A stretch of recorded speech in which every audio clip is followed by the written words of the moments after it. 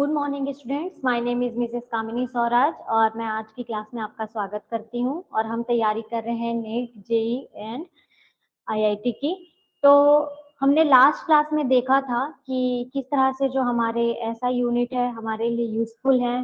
कुछ measurement units थे जिनके बारे में जानना, उनके जो क्वांटिटीज हैं उनके बारे में जानना हमारे लिए जरूरी था। साथ ही हमने उससे पहले की क्लास में ये जाना था कि कुछ बेसिक टर्म्स जैसे कि मॉलिक्यूलर मास, एटॉमिक मास और एटॉमिक नंबर और इनसे रिलेटेबल कुछ न्यूमेरिकल्स को सॉल्व करने के लिए आपके पास जो मेजरमेंट स्किल्स हैं उनका क्या यूज था। तो आज की क्लास में अब हम जानेंगे कि आपका केमिकल कॉम्बिनेशन, ठीक है, लॉ ऑफ केमिकल कॉम्बिनेशन के बारे में हम पढ़ेंगे। जैसा कि आप जानते हैं कि लॉ ऑफ केमिकल कॉम्बिनेशन का मतलब है कि रासायनिक क्रिया में जो भी एलिमेंट्स हैं, ठीक है, केमिकल रिएक्शन में जो भी एलिमेंट्स हैं, जब वो पार्टिसिपेट करते हैं तो उनके क्या लॉज होते हैं हम उनके बारे में जानेंगे। तो लेट्स गेट स्टार्टेड। पिछली क्लास का मैंने आपको कहा था कि आप कम से कम उसका जो कुछ कुछ क्वेश्चंस है रिलेटेबल वो देख करके आएंगे। और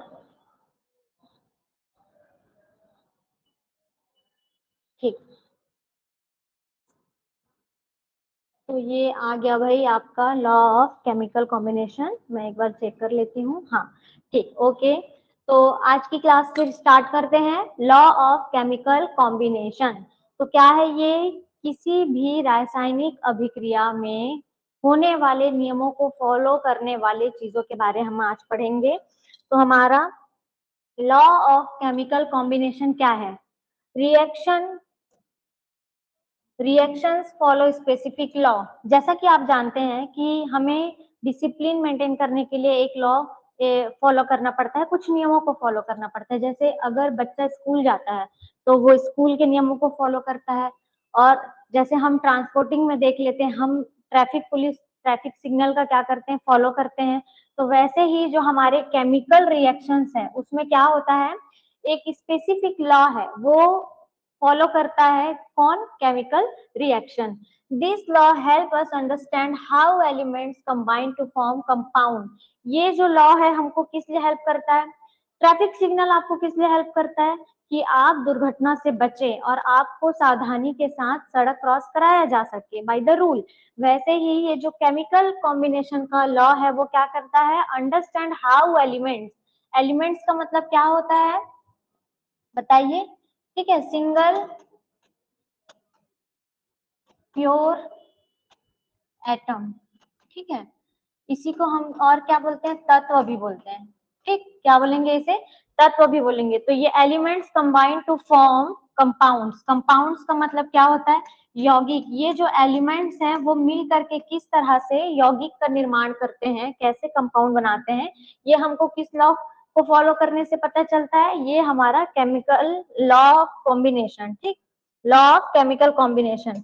अब बात करते हैं हम कि ये कितने प्रकार के होते हैं। There are 5 types of fundamental chemical combination law. ये 5 तरह के लॉ हैं। उसमें से पहला है आपका लॉ ऑफ कंजर्वेशन ऑफ मास। पहला क्या है आपका? लॉ ऑफ कंजर्वेशन ऑफ मास। दूसरा क्या है आपका? Law of definite proportion. Law of definite proportion. Law of third है मल्टीपल प्रोपोर्शन और law of reciprocal proportion fourth हो गया। और ये हो गया गेलुसा लॉ। ठीक, ये 5 तरह के लॉ है जो आपके केमिकल कॉम्बिनेशन फॉलो करेंगे। तो इसमें से हम देख लेते हैं फर्स्ट लॉ हमारा क्या कहता है। पहले तो लॉ ऑफ मास कंजर्वेशन, इसी को क्या बोलते हैं? और इसी को और कहा जाता है द्रव्यमान संरक्षण का नियम। क्या कहा जाता है? द्रव्यमान संरक्षण, द्रव्यमान संरक्षण का नियम। ठीक, द्रव्यमान संरक्षण का नियम, लॉ ऑफ मास कंजर्वेशन या लॉ ऑफ कंजर्वेशन ऑफ मास। ठीक, प्रपोज्ड बाय एंटोनियो लेवोसियर। किसने बताया था? 1789 में। 1789 में किसने बताया था? एंटोनियो लेवोसियर ने। किसी किसी जगह ये जो लेवोसियर है ना, उनका स्पेलिंग क्या है, इस तरह से भी लिखा हुआ है, तो आप कंफ्यूज ना हो। ठीक है, आप दोनों ही ले सकते हैं। एंटोनियो लेवोसियर, ए लेवोसियर, इन्होंने कब बताया ये जो लॉ है उसे 1789 में, ठीक है। और ये जो लेवोसियर है वो क्या है, और आपके ये जो एंटोनियो लेवोसियर है, अगर आपको याद आ रहा होगा, मैंने आपको फर्स्ट क्लास में बताया था, ये है हमारे केमिस्ट्री के फादर। तो फादर ऑफ केमिस्ट्री, क्या है ये, फादर ऑफ केमिस्ट्री, ठीक। एंटोनियो लेवोसियर, ए लेवोसियर, 1789 में इन्होंने ये वाला लॉ बताया। द्रव्यमान संरक्षण का नियम क्या कहता है, देखो अब इसका हम स्टेटमेंट देखते हैं। Mass is neither created not destroyed in a chemical reaction. Mass can not be created और नॉर बी डिस्ट्रॉयड, मतलब कि ना तो हम द्रव्यमान को उत्पन्न कर सकते हैं, ठीक है, और ना ही हम उसका विनाश कर सकते हैं। तो ये इसका मतलब क्या होगा कि देखिए एग्जाम्पल के लिए आपके पास कोई एनर्जी है, ठीक, कोई एनर्जी है, मान लेते हैं एक एनर्जी के फॉर्म में आपके पास ये एक गैस है, ठीक है, इसके अंदर भरा हुआ है गैस। कौन सा गैस भरा हुआ है, ये है आपका H2, ठीक है। और इसको ना एक छोटे से ट्यूब से, ठीक है, मैं इसको अच्छे से ड्रॉ करती हूँ, यहाँ से अपने को ये थोड़ा सा स्पेस देना है, और ये क्या है, दूसरे ट्यूब से जुड़ा हुआ है, ठीक है। ये यू शेप का क्या है, ट्यूब है, जो कि एक दूसरे से जुड़ा हुआ है, ठीक। और ये H2 हो गया आपका, ठीक है, और ये क्या हो गया आपका, ऑक्सीजन गैस O2 हो गया, ठीक, मान लेते हैं। अब ये क्या है कि जितना इसमें H2 है उतना ही इसमें H2 की मात्रा है और उसमें O2 की मात्रा है, ठीक।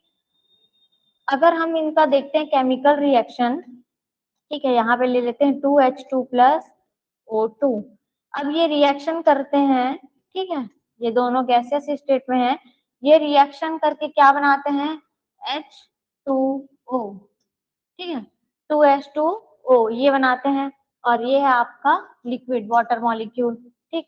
तो कहने का मतलब ये है, ना तो हमने हाइड्रोजन गैस बनाया, ना तो हमने ऑक्सीजन गैस बनाया, वो क्या है हमारे नेचर में अवेलेबल है, तो हम ऊर्जा को क्या नहीं कर सकते, उत्पन्न नहीं कर सकते, ठीक है, क्या नहीं करते, उत्पन्न नहीं कर सकते, उसको हम क्रिएट नहीं कर सकते, इसे क्या नहीं कर सकते, एनर्जी को, एनर्जी नॉर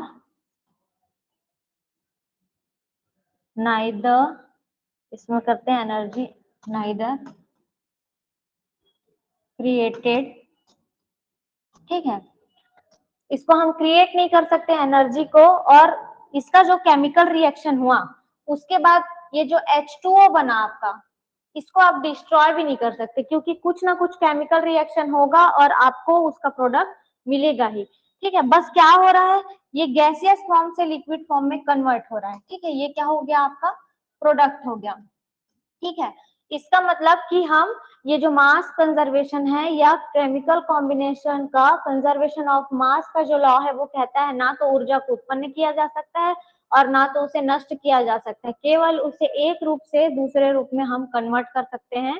जैसे कि किसी भी केमिकल रिएक्शन में, केमिकल कॉम्बिनेशन में दो एलिमेंट्स हैं, वो एक दूसरे के साथ क्या होते हैं, मिल जाते हैं, मिलने के बाद पहले तो मिलने से पहले वो क्या कर रहे हैं, रिएक्शन कर रहे हैं, ठीक है, उनका जो स्टेट है वो हो सकता है गैसियस स्टेट हो सकता है सॉलिड स्टेट हो, तो वो मिलने के बाद एक प्रोडक्ट फॉर्म करेंगे, ठीक है, भले ही उस प्रोडक्ट का स्टेट चेंज हो सकता है, इसका मतलब आपने उसे गैसियस स्टेट में रहने के लिए क्या नहीं किया, बाध्य नहीं किया, ठीक है। तो इसका मतलब कि आपका जो प्रोडक्ट है वो कन्वर्ट हो रहा है दूसरे एनर्जी के फॉर्म में, ठीक। तो इसका मतलब कि mass is neither created not destroyed in chemical reaction, हम उसे खत्म नहीं कर सकते ना ही उत्पन्न कर सकते हैं, केवल हम ट्रांसफॉर्मेशन कर सकते हैं कि अगर वो गैसियस स्टेट में है तो वो रिएक्शन के थ्रू लिक्विड बन सकता है, अगर वो लिक्विड है तो वो सॉलिड बन सकता है, और यदि वो सॉलिड है तो हो सकता है वो गैसियस स्टेट में कन्वर्ट हो जाए। एग्जाम्पल के लिए मैंने यहाँ पे लिखा हुआ है, देखो है ना, H2 मॉलिक्यूल जो है फॉर्म हो रहा है ना, और ये इसके सामने जो 2 मोल है हाइड्रोजन का, और ये है O2, रिएक्शन करके 2H2 बना रहे हैं भाई, ठीक। तो इसका मतलब है कि अब यहाँ पे हम इसका एक एग्जांपल और देखते हैं, कैलकुलेट कैसे कर सकते हैं इसको। मान लेते हैं कार्बन है आपका, ये मास कंजर्वेशन का ही है ना example, mass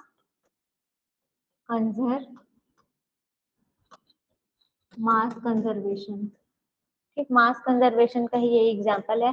carbon plus O2, ठीक, ये क्या बनाएगा, CO2 बनाएगा। अभी इधर देख लो, कार्बन का जो एटॉमिक मास होता है वो होता है 12, ऑक्सीजन का देख लो 8, इसका एटॉमिक मास कितना होता है ऑक्सीजन का 16 होता है और 2 ऑक्सीजन है, ये हो गया आपका 32 हुआ, 16 दूनी 32, 16 टू जा 32 और ये हो गया 12, ठीक। इसको कैलकुलेट करो भाई, 2 2 4, 3 और 1 4, ठीक। ये हो गया अपना रिएक्टेंट साइड, रिएक्टेंट इसका मतलब होता है अभिकारक, ठीक है, जो कि क्रिया में भाग ले रहा हो, ये पार्टिसिपेट कर रहे हैं ना, कार्बन और ऑक्सीजन की हमको CO2 बनाना है। तो इसका जो हमने क्या किया, मास कैलकुलेट किया 44 आया, ठीक। अब उधर CO2 बन गया, CO2 का भी हम क्या कर रहे हैं, अगर ये कंबाइन भी हो गया उसके बाद ये क्या हो रहा है, ये आपका 12 हो गया प्लस फिर से इसका 16 टू जा, ठीक, 12 प्लस 16 टू जा 32 इज इक्वल टू 44, ये हो गया आपका 44, ये जो एनर्जी हो सकता है रिलीज हो जाए कुछ एनर्जी, ठीक, तो ये हो गया 44। तो क्या डिफरेंस है दोनों तरफ, कोई भी डिफरेंस नहीं है, इसका मतलब जो आपका रिएक्टेंट है मास कंजर्वेशन में जितना है वो उतने में ही क्या होगा, गैसियस CO2 क्या हो गया, ये देखो गैसियस फॉर्म में, ये भी, ये तो सॉलिड में है कार्बन, ये हो गया गैसियस फॉर्म में, उधर जाके CO2 गैस बन गया, इसका मतलब जितना उसका मास इधर था उतना ही उधर है, हमने इस चेंजेस में किसी भी तरह से उसको घटाया या बढ़ाया नहीं है, मतलब कि हमने ना उसे उत्पन्न किया और ना खत्म किया, ठीक। तो नेक्स्ट लॉ आपका देखते हैं, डिफाइनाइट प्रोपोर्शन, डिफाइनाइट प्रोपोर्शन का मतलब क्या होता है, एक तो निश्चित, डिफाइनाइट का मतलब निश्चित, तो निश्चित अनुपात का नियम, क्या होगा ये, निश्चित अनुपात का नियम, डिफाइनाइट प्रोपोर्शन किसने दिया है भाई, प्रपोज्ड बाय जोसेफ प्राउस्ट, किसने दिया है, जोसेफ प्राउस्ट ने दिया है 1799 में, कब 1799, और वो जो पहला था वो क्या था बताओ, 17, बताओ 1789, ठीक है, वो था 1789 और ये है 1799, ठीक। तो आपका ये क्या हो गया, निश्चित, एक मिनट ना, केमिकल कॉम्बिनेशन में, तो ये हो गया आपका second law, definite proportion, Joseph Proust ने दिया है 1799 में, कब दिया है 1799 में।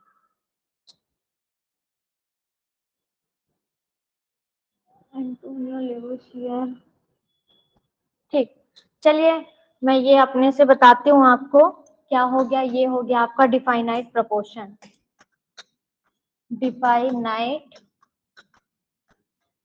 प्रोपोर्शन, डिफाइनाइट प्रोपोर्शन क्या बोलता है, जो भी एलिमेंट है उनका मास क्या होगा, दो एलिमेंट है मान लेते हैं कि डिफाइनाइट प्रोपोर्शन में, जैसे कि ये H2 हो गया, ठीक, और एक एलिमेंट लेते हैं हम O2 हो गया, तो डिफाइनाइट प्रोपोर्शन यानी कि निश्चित अनुपात का नियम ये कहता है कि when two elements combine together they form simple ratio by mass, ये क्या होंगे, कंपाउंड जब फॉर्म करेंगे, कंपाउंड को जब बनाएंगे तो वो सिंपल रेशियो में बनाएंगे, तो ये क्या हो गया H2 और O2 हो गया, मान लेते हैं इन्होंने क्या बनाया H2O बनाया, ठीक है, तो ये जो कंबाइन होंगे दे आर डिफाइनाइट प्रोपोर्शन, तो इनका जो कॉम्बिनेशन होगा वो डिफाइनाइट होगा, निश्चित होगा। अब ये हाइड्रोजन देख लेते हैं, ये हो गया हाइड्रोजन, हाइड्रोजन का जो एटॉमिक नंबर होता है 1 होता है, ठीक है, एटॉमिक नंबर 1 हुआ, यहाँ पर कितना हाइड्रोजन है 2, तो एटॉमिक नंबर लिखो और जितना हाइड्रोजन उससे मल्टीप्लाई कर दो, ठीक, इज इक्वल टू 2, और यहाँ पर जो ऑक्सीजन है उसका क्या है एटॉमिक नंबर 8 और एटॉमिक मास है ऑक्सीजन का 16, और कितना ऑक्सीजन है 2, तो 16 टू जा 32, ठीक, ये हो गया आपका, हाँ, O2। ठीक, तो ये जो है आपका ऑक्सीजन का, हाँ 16 2 जा 32। अब देख लो यहाँ पर जो ये आपका ऑक्सीजन है, ठीक है, H2 प्लस O2, तो ये जो ऑक्सीजन है इनका जो मास होगा रिएक्शन करने का, ठीक है, यहाँ पर तो ये हो गया 2 और ये हो गया 32।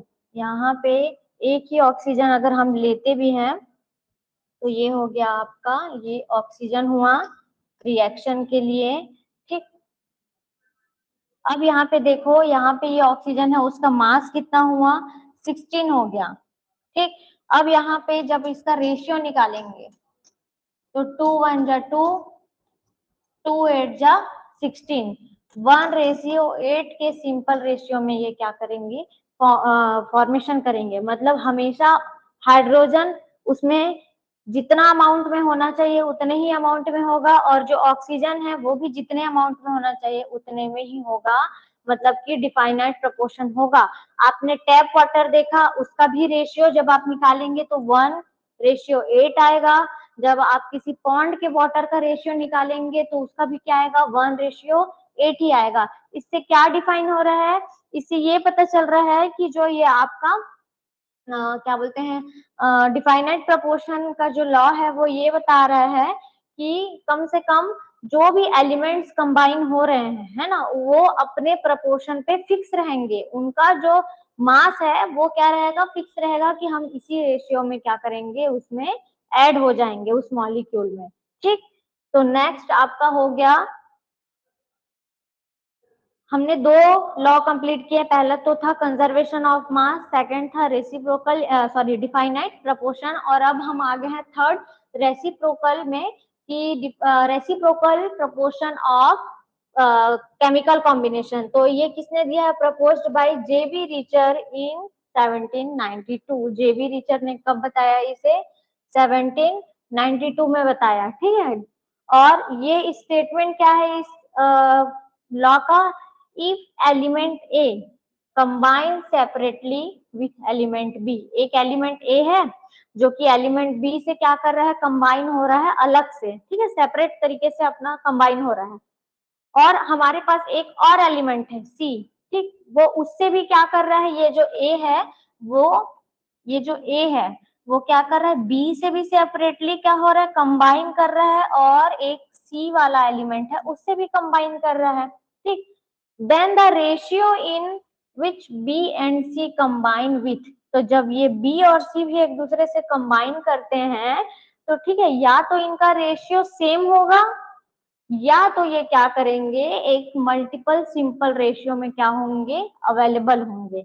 अब इसका एग्जांपल कैसे समझते हैं, समझ लीजिए कि आपके पास इसमें, लेकिन हाँ इसमें नोट करने वाली क्या बात है, इसमें तीन है, इस वाले लॉ में 3 एलिमेंट्स की बात की जाएगी। ठीक है, जहां पर 3 एलिमेंट आपको दिखाई देता है वो कौन सा लॉ होगा, रेसिप्रोकल लॉ होगा। इसको हिंदी में कहते हैं व्युत्क्रम, व्युत्क्रम अनुपात का नियम। ये क्या कहलाता है, व्युत्क्रम अनुपात का नियम। इसका एग्जांपल देखो। ठीक, ये आपका एग्जांपल हो गया, ये हो गया आपका सल्फर, ये क्या है आपका सल्फर, ये हो गया आपका कार्बन, और ये हो गया ऑक्सीजन। अब इसे ध्यान से देखना, जो सल्फर है वो कार्बन के साथ क्या कर रहा है, कंबाइन होके, पहला तो यहाँ पे देखो CH2 बना रहा है, क्या बना रहा है, CH2 बना रहा है। ठीक है, कार्बन सल्फाइड, क्या बना रहा है ये, कार्बन सल्फाइड। ठीक, इसमें देखो कि ये क्या बना रहा है, कार्बन, एग्जाम्पल, ओके ठीक, ये हो गया आपका, ये S और ये C, ठीक है, और ये O, ये इसके साथ बना रहा है कार्बन सल्फाइड, और ये बना रहा है SO2 सल्फर डाइऑक्साइड। ठीक, ये हो गया कार्बन सल्फाइड। ठीक, और ये हो गया आपका सल्फर डाइऑक्साइड, सल्फर डाइऑक्साइड, ये क्या हुआ, सल्फर डाइऑक्साइड। अब ये दोनों ने तो बना लिया सेपरेटली कंपाउंड, कंबाइन होकर के कंपाउंड। अब ये दोनों क्या करेंगे, एक ये फॉर्म करेंगे CO2।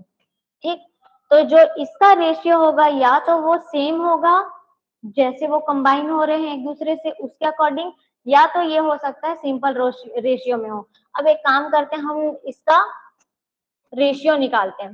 तो सबसे पहले तो CH2, ये हो गया कार्बन CH2, तो इसमें क्या हो गया, कार्बन का मास हो गया 12, और ये सल्फर का क्या हो गया, आपका जो सल्फर है उसका एटॉमिक नंबर होता है 16, मल्टीप्लाई कर दिए तो 12:32।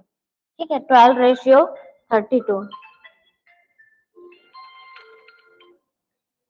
12:32 क्या हो गया, ये 12:32 में अपना कंपाउंड का फॉर्मेशन कर लिया। अब बारी आती है SO2 की, क्या आती है, SO2 की।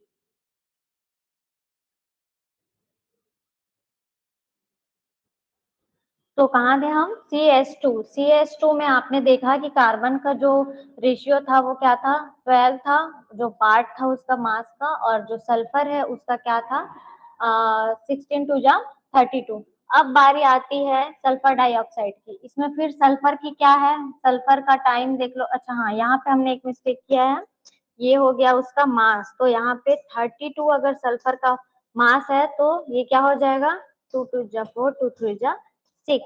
ठीक है, ये 64 हुआ। अब इसमें देखो सल्फर ये तो हो गया 32, ठीक है, और वो ऑक्सीजन के साथ किस रेशियो में है, 32 वाले रेशियो में है। ठीक, अब देखते हैं CO2 का, CO2 का, इसमें भी कार्बन 12 है और ऑक्सीजन आपका क्या है, 32 है। तो कहने का मतलब ये है कि ये जो कार्बन और जो सल्फर है ये क्या है, 12:32 बोल सकते हैं। ठीक, और ये जो सल्फर डाइऑक्साइड है वो भी क्या है, एक तो सिंपल रेशियो में है, ठीक है, लेकिन ये दोनों क्या होंगे, कंबाइन करके फिर से एक सिंपल रेशियो 12:32 में कंबाइन कर रहे हैं। इसका मतलब यहाँ पे देखो, एक तो एसओ, अभी इसका अगर एटॉमिक नंबर लिखते हैं हम, सल्फर का क्या हो गया 16, ये भी 16:32 में है और ये 12:32 में है। तो इसका ये जो 32 और ये जो 32 है वो तो सेम है, ठीक है, तो या तो ये दोनों जिस रेशियो में कंबाइन हो रहे हैं उसके साथ ये सिमिलर होगा, ये जो CO2 है वो, और या तो फिर ये डिफरेंट होगा, मतलब कि सिंपल रेशियो में, मतलब 12 1 जा 12। ठीक है, ये अपना जो है सिंपल रेशियो में अवेलेबल होगा। और यहाँ पे देखो कि ये भी क्या है, सिमिलर रेशियो में है, जैसे कि यहाँ 32 है और 32।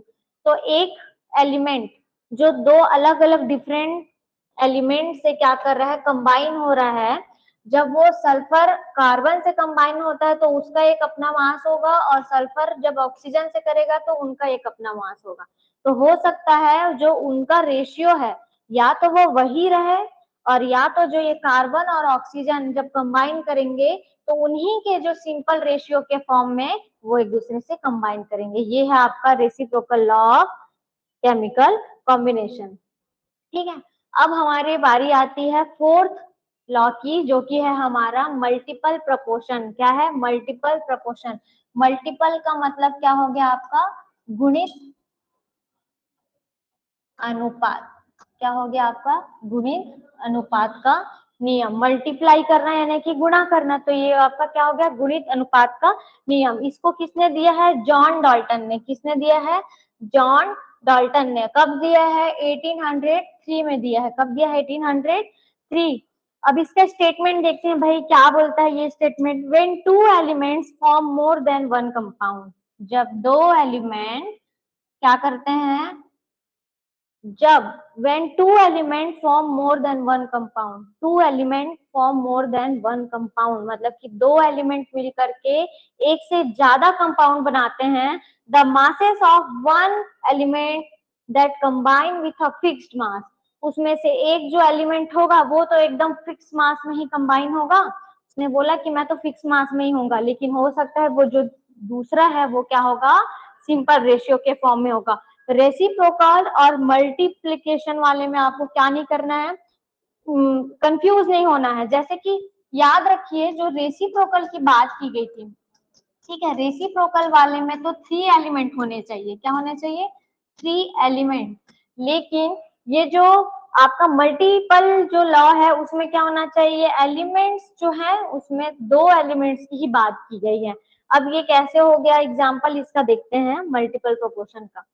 ये एक कार्बन है, ठीक है, ये कार्बन है और ये दूसरा कंपाउंड है, ठीक।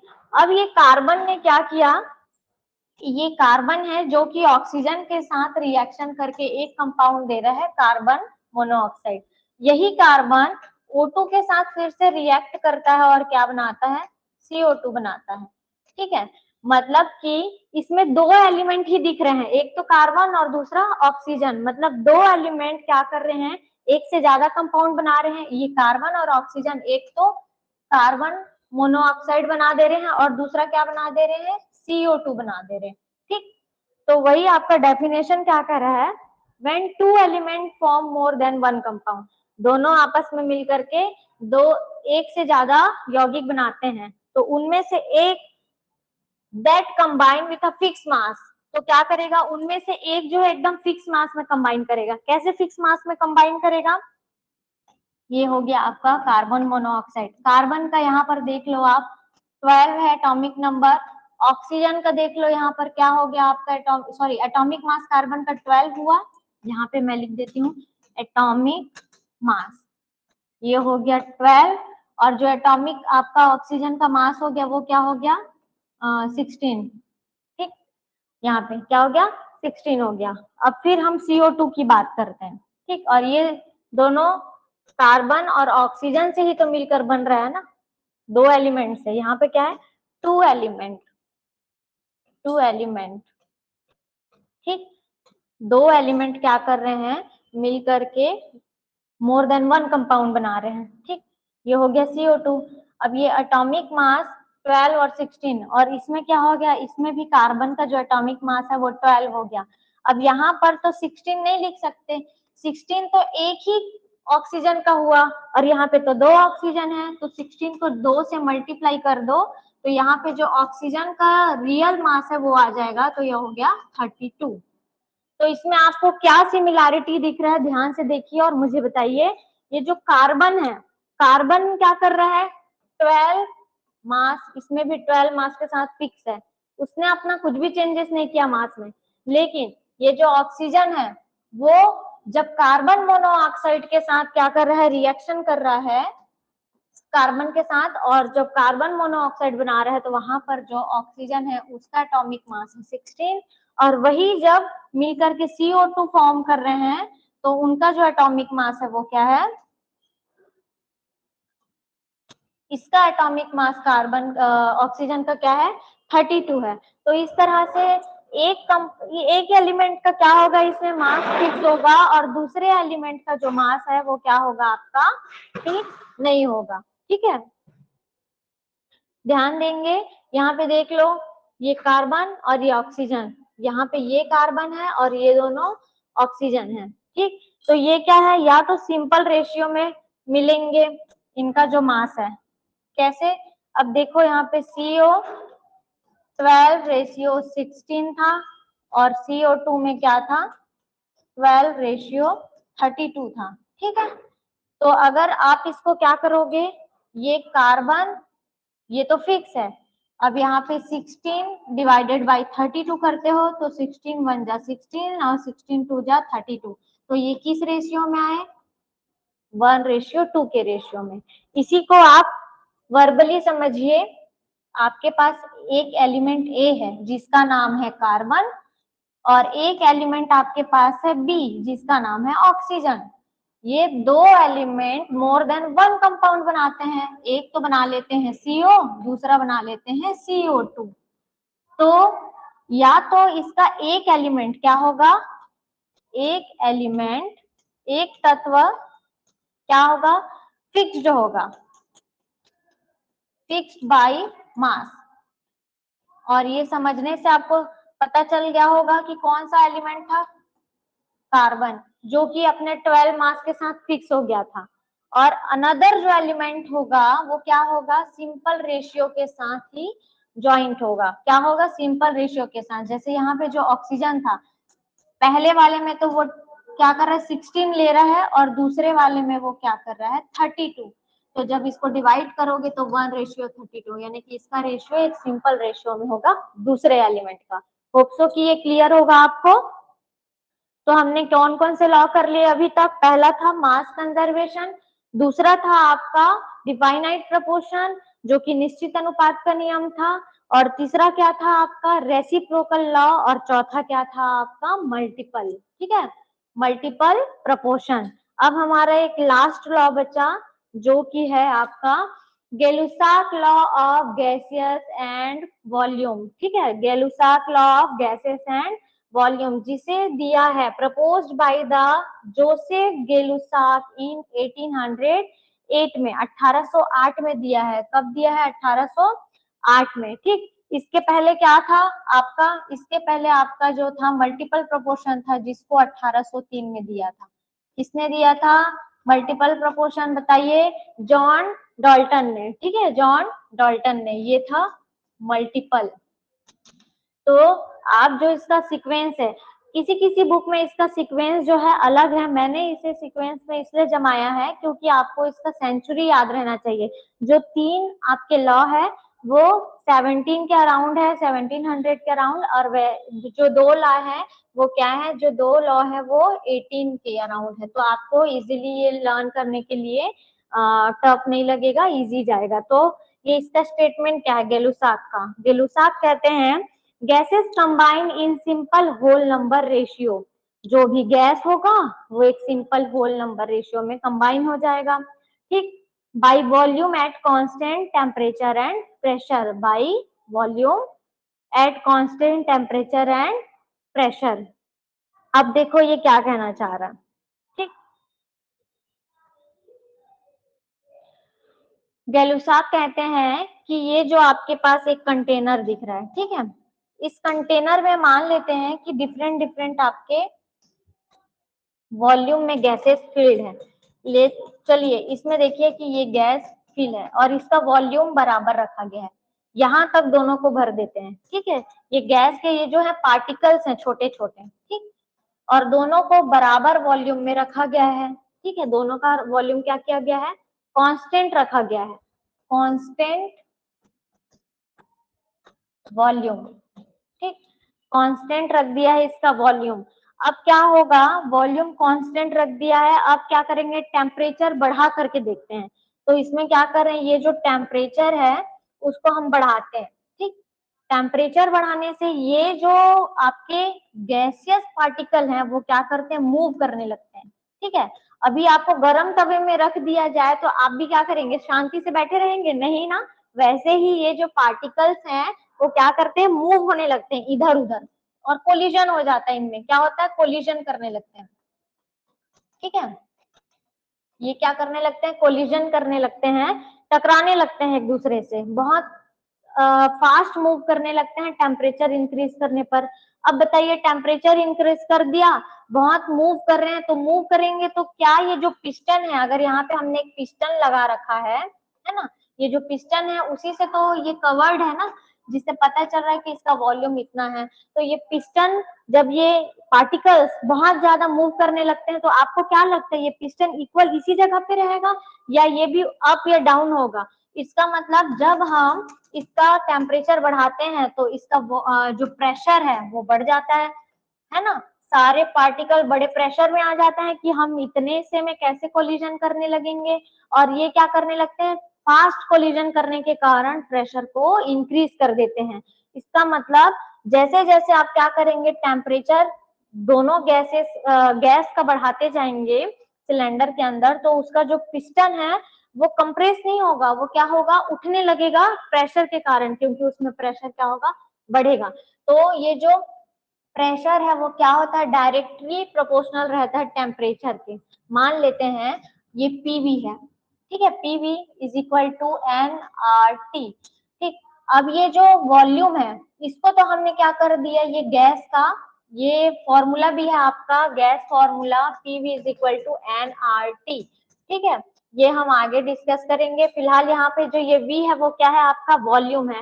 अब वॉल्यूम तो यहाँ पे हमने कांस्टेंट कर दिया, और टेम्परेचर इंक्रीज कर रहे हैं, तो टेम्परेचर जब इंक्रीज करेंगे तो क्या होगा, प्रेशर भी अपने आप इंक्रीज होगा, क्योंकि कोलिजन बढ़ गया है। यहाँ पर बहुत सारे जो पार्टिकल्स है वो फास्ट कोलाइड कर रहे हैं, बहुत जल्दी फास्ट कोलाइड करने के कारण उनका प्रेशर बढ़ गया है। तो वो क्या होगा, pressure directly proportional to temperature. क्या होगा, pressure directly proportional to temperature. तो एक तो ये हो गया इनका एक स्टेटमेंट कि जैसे जैसे हम गैस को कांस्टेंट वॉल्यूम में रख देते हैं और रिएक्शन करवाते हैं और उसका क्या करते हैं, अभी टेम्परेचर बढ़ाते हैं तो उसका प्रेशर बढ़ने लगेगा। दूसरा चीज इस लॉ में ये है, ठीक है, इस लॉ में आपका दूसरा चीज ये है कि gases combine in simple whole number ratio. मान लेते हैं हाइड्रोजन गैस लिया हुआ है प्लस क्लोरीन गैस लिया हुआ है और इन्हें केमिकल रिएक्शन कराया गया, तो ये 2 वॉल्यूम HCl बनाते हैं। ठीक, अब ये 2 वॉल्यूम HCl बनाते हैं तो इसमें ध्यान दीजिए, इसका नंबर ऑफ मोल्स कितना हुआ, सामने कोई डिजिट है क्या, कोई भी डिजिट नहीं है। अब इसका बताओ नंबर ऑफ मोल्स, ठीक, Cl2 का, इसके भी सामने कोई डिजिट है क्या, कोई भी डिजिट नहीं है। मतलब ये इसकी क्वांटिटी 1 है और इसकी भी क्वांटिटी 1 है, तो ये 1:1 में मिल रहे हैं और प्रोडक्ट इनका क्या मिल रहा है, 2। क्या मिल रहा है, 2 मोल मिल रहा है HCl का। ठीक, HCl का कितना मोल मिल रहा है, 2 मोल मिल रहा है। तो इनका रेशियो कितना सिंपल हुआ, देखो 1:1:2 के रेशियो में ये हमको क्या मिल रहा है, रिएक्शन का रेशियो मिल रहा है। इसको और इजी वे में समझ लो, यहाँ पे आप H2 लेते हो, ठीक, और यहाँ पे आप O2 लेते हो, यहाँ पे 2H2 ले लेते हैं, वहां पे 1 था, अब यहाँ पे देख लेते हैं 2H2। वो पहला एग्जाम्पल भी मैं आपका यहाँ पे लिखती हूँ Cl2, ये आपका हो गया पहला एग्जाम्पल, ये हुआ आपका दूसरा एग्जाम्पल। ठीक, अब इसमें देखिए ये जो हाइड्रोजन है एक ही मोल है। अब बहुत से बच्चों को ये समझ नहीं आता ये मोल क्या होता है। तो देखिए यहाँ पर ये हाइड्रोजन एक है, जब ये सिंगल है तो ये एटम के फॉर्म में होगा। क्या है, जब मैंने इसकी क्वांटिटी 1 लिखी तो ये हो गया एटम। और इसके पहले क्लास में बताया था जब ग्रुप बढ़ जाए तो ग्रुप ऑफ एटम को हम क्या बोलते हैं, मॉलिक्यूल बोलते हैं। ठीक, मॉलिक्यूल। अब ये तो एक मॉलिक्यूल है, अगर मैंने ऐसे ही H2 H2 H2 बहुत सारे मॉलिक्यूल ऐसे लिख दिए तो ये कितने मॉलिक्यूल हो गए, 3 मॉलिक्यूल हो गए टोटल, पहला दूसरा तीसरा। तो वैसे ही यहाँ पर देखो आपके पास कितने मॉलिक्यूल हैं, हाइड्रोजन का 1, तो 1 मोल बोलेंगे ना इसे। और ये क्या होगा, ये भी 1 मोल है। अब ये रिएक्शन करते हैं और बनाते हैं 2HCl, 1 + 1 2 हुआ, क्योंकि यहाँ पे देखो आपका 2 हाइड्रोजन है तो इधर भी तो 2 हाइड्रोजन होने चाहिए, और ये क्लोरीन है आपका तो इधर भी क्या होना चाहिए, 2 क्लोरीन होना चाहिए।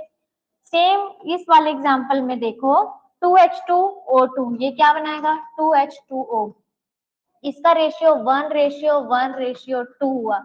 ये कितना सिंपल रेशियो है देखो, वैसे यहाँ पे 2:1:2 हो रहा है, ये भी सिंपल रेशियो है। सिंपल रेशियो का सीधा मतलब होता है कोई बड़ी डिजिट का ना होना। अब देखो यहाँ पे कोई सिंपल रेशियो के नाम बोल करके इतना बड़ा रेशियो तो नहीं ले रहा है ना, ये बहुत ही सिंपल रेशियो में फॉर्म कर रहे हैं अपने कंपाउंड। तो गै-लूसाक ये कहते हैं कि जब 2 या 2 से अधिक gases, when 2 or more than 2 gases combine together, तो वो क्या करेंगे, they form the compound in a simple ratio, वो सिंपल रेशियो में कंबाइन होकर के अपने यौगिक को बनाते हैं। तो ये हो गया आपका गै-लूसाक लॉ। तो हमने कितने लॉज देखे, हमने केमिकल कॉम्बिनेशन के 5 लॉ देखे हैं। पहला था हमारा द्रव्यमान संरक्षण का नियम, ठीक है, क्या था, द्रव्यमान संरक्षण का नियम। और ये दूसरा था आपका, ये दूसरा जो था आपका था निश्चित अनुपात का नियम। क्या था, निश्चित अनुपात का नियम। तीसरा था गुणित अनुपात का नियम यानी मल्टीपल। और चौथा था रेसिप्रोकल यानी कि व्युत्क्रम अनुपात का नियम। और ये जो पांचवा था आपका क्या था, गैस से संबंधित गै-लूसाक। ठीक, गैस में लिख देती हूँ, गैस से संबंधित था गै-लूसाक। तो इसका आज हमने जो पांचों जो टाइप था आपका केमिकल कॉम्बिनेशन का, उसको हमने डील कर लिया है। और अभी उसको हम एकदम झटपट क्या कर लेते हैं, उसका रिकॉल कर लेते हैं अपने माइंड में। केमिकल कॉम्बिनेशन का मतलब हुआ एलिमेंट्स जब केमिकल रिएक्शन में कंबाइन होते हैं तो वो क्या लॉ फॉलो करते हैं। तो वो 5 लॉ फॉलो करते हैं। पहला, बोलिए मेरे साथ, मास कंजर्वेशन। ठीक, इसको किसने दिया था, लेवोसियर ने दिया था। फिर उसके बाद आ गया आपका क्या था, सेकंड आपका था डिफाइनाइट प्रपोर्शन, जिसे प्राउस ने दिया था। थर्ड था आपका मल्टीपल या नहीं, रेसिप्रोकल हमने पहले किया था, रेसिप्रोकल प्रपोर्शन। ठीक, फिर चौथा था आपका मल्टीपल प्रपोर्शन और पांचवा था आपका गैलुसाक लॉ। तो ये पांचों लॉ हमारे केमिकल कॉम्बिनेशन के लिए बहुत जरूरी है। और ये पूरे 5 टाइप्स के लॉ से रिलेटेड आपको क्वेश्चन अब आगे सॉल्व करना है। तो आप अगली क्लास में इसको अच्छे से रिकॉल करके आएंगे, इनके डेफिनेशंस और ये किस तरह से रिएक्ट करते हैं। ठीक है, और इनका जो सेंचुरी आप वो भी याद रखेंगे कि ये किस किस सन में डिस्कवर किए गए, बताए गए, और इनके साइंटिस्ट का नाम। तो आपको ये मास कंजर्वेशन, डिफाइनाइट प्रोपोर्शन और ये मल्टीपल प्रोपोर्शन, रेसिप्रोकल और ये गैलुसाक, ये पांचों लॉ को क्या करना है, अच्छे से याद करके आना है। नेक्स्ट क्लास में हम क्या करेंगे, इनसे रिलेटेड क्वेश्चन सॉल्व करेंगे जो आपके एग्जाम और उसके लिए आपके एनसीईआरटी सॉल्यूशन के लिए बहुत इंपॉर्टेंट है। ठीक है, कि आप किस तरह से इन क्वेश्चंस को डील करेंगे। तो thank you for watching this class.